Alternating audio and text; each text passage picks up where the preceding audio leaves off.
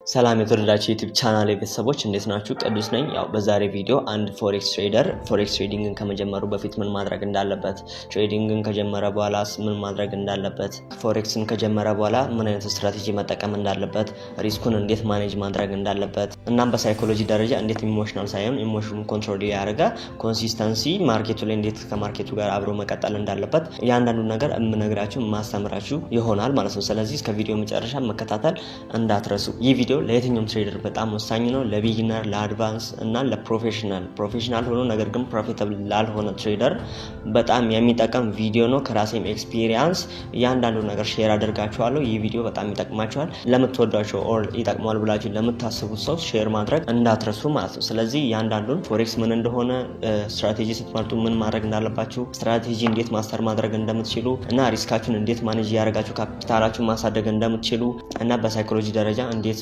ኢሞሽናችሁን ኮንትሮል ማድረግ እንደምትችሉ በደንብ እነግራችኋለሁ። በጣም የሚጠቅማችሁ ቪዲዮ ስለሆነ እስከ ቪዲዮ መጨረሻ ተከታተሉኝ። በቪዲዮ መጨረሻም ለየት ያለ ጊቫዌ አለላችሁ። እስከ ቪዲዮ መጨረሻ ተከታተሉ ማለት ነው። ስለዚህ ወደ ዛሬ ቪዲዮ እንሂድ። ወደ ቪዲዮ ከመሄዳችን በፊት ደግሞ ጎበዝ ትሬደሮችን ለማበረታታት ከንስር ፎሬክስ የተዘጋጀላችሁ የዴሞ ትሬዲንግ ቻሌንጅ አለ። ቻሌንጁን ላሸነፉ 3 ጎበዝ ትሬደሮች $100 ሪል አካውንት እዚህ ጋር እንደምታዩት ተዘጋጅቶላቸዋል። ይህንን ለማድረግ ይህንን ለመመዝገብ ለመወዳደር እና የዚህ አካውንት ባለቤት ለመሆን የቴሌግራም ቻናላችን ሊንክ ዲስክሪፕሽን ላይ አለላችሁ። ገብታችሁ ፉል ኢንፎርሜሽን አግኝታችሁ ወዲያውኑ ሬጂስትሬሽን ፈጽማችሁ ወደ ቻሌንጁ መግባት ትችላላችሁ ማለት ነው። ምዝገባውም የሚያልቀው እስከ መጋቢት 14 ድረስ ሆነ። በጊዜ ተመዝገቡ እና የዚህ አካውንት ባለቤት ሆኑ ማለት ነው። ስለዚህ ወደ ዛሬ ቪዲዮ እንሂድ። እንግዲህ ወደ ማርኬቱ ከመግባታችን በፊት ፎሬክስ ምንድነው የሚለውን ቀድመን ማወቅ አለብን። ፎሬክስ ላይ ምን ትሬድ እንደሚደረግ፣ ፎሬክስ ምንድነው የሚለውን ጥልቅ የሆነ እውቀት ሊኖረን ይገባል። ካልሆነም ሰውን በመጠየቅ ሊሆን ይችላል፣ ሪሰርቾችን በማድረግ ስለ ፎሬክስ ምን እንደሆነ ማወቅ አለባችሁ። ከዛ በኋላ ወደ ማርኬቱ መግባት ማለት ነው። እና ፎሬክስ ምንድነው የሚለውን ለማወቅ አሁን የራሴን እይታ አስቀምጠላችኋለሁ ማለት ነው። ፎሬክስ ማለት ያው largest financial market in the world on average trading day approximately $7 trillion ሙቭ የሚያደርግበት ማርኬት ነው ፎሬክስ ማለት ነው። እዛ ጋር እኛ በተማርነው ኦር ማርኬቱን ባወቅነው መንገድ እዛ ጋር በተላመድነው መንገድ በስትራቴጂያችን መሰረት እዛ ጋር ያለውን ኦፖርቹኒቲ ተጠቅመን ገንዘብ የምናገኝበት ሂደት ነው። ስለዚህ እንደነገርኳችሁ ፎሬክስ ላይ በቀን $6.6 trillion በላይ ሙቭ የሚያደርግበት ማርኬት ነው ፎሬክስ ማለት ነው። እና እንደ ፎሬክስ ትሬድ የሚደረጉ ክሪፕቶ ኢንዲሲስ ፊውቸር የምንላቸው አሉ። ነገር ግን ፎሬክስ ከ70% በላይ የሚወስደው እና ትልቁ የፎሬክስ ማርኬት ነው ማለት ነው። ከዓለም አጠቃላይ ትልቁ ገበያ የምንለው ትልቁ ማርኬት የፎሬክስ ማርኬት ነው ማለት ነው። ስለዚህ ቀላል እንዳልሆነ በቅድሚያ ማወቅ አለባችሁ። ምክንያቱም እዛ ጋር ካሉ ከብዙ ሚሊዮን ትሬደሮች ጋር ነው የምትወዳደሩት ማለት ነው። አብዛኛው ጊዜም ሲባልም እንደምንሰማው ከ100% 1% ነው የሚያልፍላቸው በትሬዲንግ ማለት ነው። ስለዚህ ከ99 ከምትሆኑ ከ1% ለመሆን መጣር መሞከር ነው። ስለዚህ መሀል ላይ ጊቭ አፕ አድርጋችሁ ከ99 ትሆናላችሁ። ካልሆነ ደግሞ ጊቭ አፕ ሳታደርጉ በኮንሲስተንሲ በዲሲፕሊን ከ1%ዎች ጋር መቀላቀል ትችላላችሁ ማለት ነው። ስለዚህ ወደ 1% መግባት ነው ያለባችሁ ማለት ነው። ስለዚህ ይህንን ማወቅ አለባችሁ። ፎሬክስ ትልቅ የፋይናንሻል ማርኬት ነው እና ቀላል ቢዝነስ አይደለም። ስለዚህ እዚህ ጋር ራሳችሁን አዘጋጅታችሁ ነው ወደ ማርኬቱ መግባት ያለባችሁ ማለት ነው።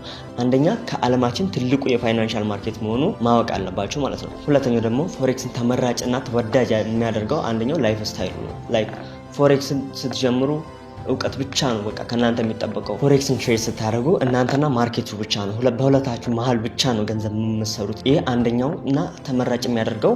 ስለዚህ ፎሬክስን ተመራጭ ያደርገና እኔም እንድመርጥ ያደረገው አንደኛ ይሄ ነው። ምንም አይነት ሀላቂ ያላችሁ የሚያዛችሁ ይሄንን አድርጉ የሚል ቦስ ሳይኖራችሁ ራሳችሁን ብቻ ራሳችሁ እያዘዛችሁ የራሳችሁን ገንዘብ ራሳችሁ ብቻ ናችሁ መስራት የምትችሉት ማለት ነው። ስለዚህ አንደኛ ተመራጭ የሚያደርገው ይሄ ነው። ሁለተኛው ደግሞ ፎሬክስን በየትኛውም ቦታ ሆናችሁ መስራት የምትችሉት ትልቅ ቢዝነስ ነው። ይህም ተመራጭ ያደርገዋል ማለት ነው። ፎሬክስን ለመጀመር ደግሞ ምንም ስልካችሁን ብቻ በመጠቀም ፎሬክስን መስራት ትችላላችሁ። ይህም አንደኛው ተመራጭ ያደርገዋል ማለት ነው። ሌላኛው ደግሞ በፎሬክስ በቀን በሰዓት በደቂቃ ምንም ያህል ገንዘብ ሜክ ማድረግ ትችላላችሁ። ለዚህ ነው እኔም የመጨረሻ የምርጫ ያደረኩት ማለት ነው። እንደ ፎሬክስ የሚመች የቢዝነስ ሞዴል የለም።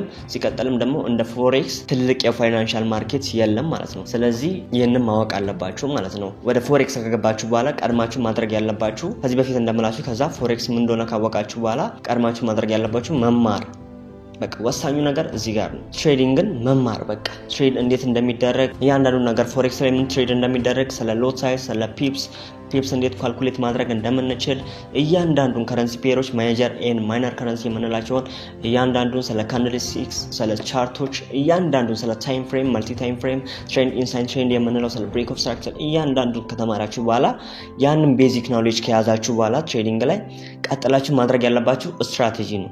ስትራቴጂ ስትመርጡ ደግሞ ማየት ያለባችሁ ነገር አለ። አንደኛ ስትራቴጂያችሁ ምን ያህል ዊነር ሬት እንዳለው ቼክ ማድረግ ያለባችሁ። ሲቀጥል ደግሞ እናንተ ስትጀምሩ ስትራቴጂያችሁ ምን ያህል አስተማማኝ ነው የሚለውን ቼክ ማድረግ ያለባችሁ። ከዛ በኋላ ወደ ስትራቴጂ ትገባላችሁ። ስትራቴጂ አንድ የፈለጋችሁትን ስትራቴጂ መርጣችሁ ያዋጣኛል ብላችሁ የምታስቡትን እና ከናንተ ጋር ፊት ሊያደርግ የሚችል ስትራቴጂ ከመረጣችሁ በኋላ ያንን ስትራቴጂ ይዛችሁ በዴሞ አካውንት ሪል ሳትጀምሩ በዴሞ አካውንት ድብና አድርጋችሁ መለማመድ ይኖርባችኋል ማለት ነው። እኔ አካውንት እስከዛሬ ድረስ አፈንድቼ አላውቅም። የሚሆነበት ምክንያት አካውንት በማፈንዳት አላምንም። በቃ ጀስት ፕሮፊታብል ለመሆን የሆነ አካውንት አፈንድቼ ምናምን የሚባል ስቶሪ እንዲኖረኝ አልፈልግም። ላይክ እዛ ጋር ዴሞ አካውንት አለ። ዴሞ አካውንት ደግሞ የራሱ የሆነ ፐርፐዝ አለው። ያ እስካለ ድረስ ዴሞ አካውንት እስካለ ድረስ ሪል አካውንታችንን አለመንካት ነው። ዴሞ አካውንት ክሬት ስታደርጉ እንደ ሪል ትሬድ ማድረግ እንደ ሪል ኢሞሽን እየሆናችሁ እንደ ሪል እያሰባችሁ ትሬድ ማድረግ ነው። ስለዚህ ስትራቴጂያችሁን ተጠቅማችሁ ዴሞ አካውንት ክሬት እያደረጋችሁ ማሳደግ ቻሌንጅ ማለት ነው። ላይክ $100 ዲፖዚት በሪል ለማድረግ ካሰባችሁ ያንን $100 በዴሞ አካውንት ዲፖዚት እያደረጋችሁ ያንን ለማሳደግ ቻሌንጅ ታደርጋላችሁ በስትራቴጂያችሁ ማለት ነው። እና ስትራቴጂያችሁም ደግሞ ሲሰራላችሁ ዊን ሬታችሁም ከፍ ያለ ሲመጣ ወደ ሪል ትገባላችሁ ማለት ነው። እና ሪል ስገቡም ደግሞ የአካውንታችሁን 2% ሪስክ እያደረጋችሁ ሪዋርዳችሁን ደግሞ አሪፍ እያደረጋችሁ ትሬድ ማድረግ ማለት ነው። ከዛ ያንን ካደረጋችሁ በኋላ ሪስክ ማኔጅመንት ላይ አሪፍ ከሆናችሁ በኋላ አሪፍ ሪዋርድ የምታገኙ ከሆነ ወደ ሳይኮሎጂ እንሄዳለን። ወደ ሳይኮሎጂ ስንመጣ ደግሞ ሳይኮሎጂ ላይ እኔ የጠቀመኝ የትሬዲንግ ፕላኔ ነው። ሳይኮሎጂ ላይ ኢሞሽናል ኮንትሮል እንዳደርግ ሳይኮሎጂ ላይ ፐርፌክት እንደሆነ ያደረገኝ የራሴ የሆነ ያዘጋጀሁት የትሬዲንግ ፕላኔ ነው ማለት ነው። ሶ የትሬዲንግ ፕላን ስላወጣው ብቻ በዛ ፕላኔ ስለመመራ ያንን ፕላኔ ብቻ ስለመከተል ምንም አይነት የሳይኮሎጂ እንትን ደርሶብኝ አያውቅም ማለት ነው። ስለዚህ የትሬዲንግ ፕላን ወሳኝ ለሳይኮሎጂ ማለት ነው። ትሬዲንግ ፕላን ደግሞ እንዴት ነው ማወጣው የምትሉ ከሆነ ላይክ በሌላ ቪዲዮ የትሬዲንግ ፕላን አወጣጥ እያንዳንዱን እኔም የምጠቀማቸውን የትሬዲንግ ፕላኖች እያንዳንዱን ታያችኋለሁ፣ አስረዳችኋለሁ፣ የዩቲዩብ ቪዲዮም ሰራላችኋለሁ። እና አሁን ላይ ይህንን ፕላን እየነገርኳቸው ወይ ያስተማርኳቸው ያለሁት የዋን-ቱ-ዋን ሜንቶርሺፕ ላይ ብቻ ነው፣ ላይክ ፕሮሞሽን አይደለም። እና እዛ ላይ ነው አንደኛቸው ያው ቪአይፒ ስለሆኑ እና በዩቲዩብ በኩልም ስለ ትሬዲንግ ፕላን እንዴት ማውጣት እንዳለባችሁ በደንብ አሳያችኋለሁ ማለት ነው። ስለዚህ አሁን ካደረጋችሁ በፎሬክስ በጣም ውጤታማ ትሆናላችሁ ማለት ነው። ስለዚህ ይህንን ይመስላል የዛሬ ቪዲዮ። የዋን-ቱ-ዋን ሜንቶርሺፕ መማር ስለ ፎሬክስ ትሬዲንግ መማር፣ ስለ ስትራቴጂ መማር፣ ስለ ሪስክ ማኔጅመንት እና ስለ ትሬዲንግ ፕላን እንዴት እንደሚወጣ እንዴት ማድረግ እንዳለባችሁና ይህንን የትሬዲንግ ፕላን የምትፈልገው ከሆነ የዋን-ቱ-ዋን ሜንቶርሺፕ መቀላቀል ትችላላችሁ። በዚህኛው ዩዘርኔም ገብታችሁ የዋን-ቱ-ዋን ሜንቶርሺፕን ተቀላቅላችሁ ስለ ፎሬክስ ትሬዲንግ መማር ትችላላችሁ። አብረን ላይቭ ትሬድ ማድረግ እንችላለን ማለት ነው። ስለዚህ ይህንን ይመስላል የዛሬ ቪዲዮ። ከመሰነባበታችን በፊት ደግሞ ያው ቀደም ሲል እንደነገርኳችሁ የዴሞ ትሬዲንግ ቻሌንጅ አለ።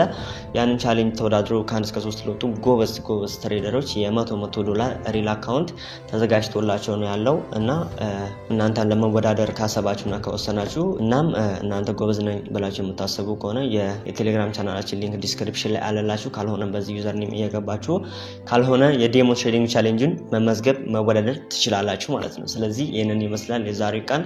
መልካም ጊዜ ይሆንላችሁ።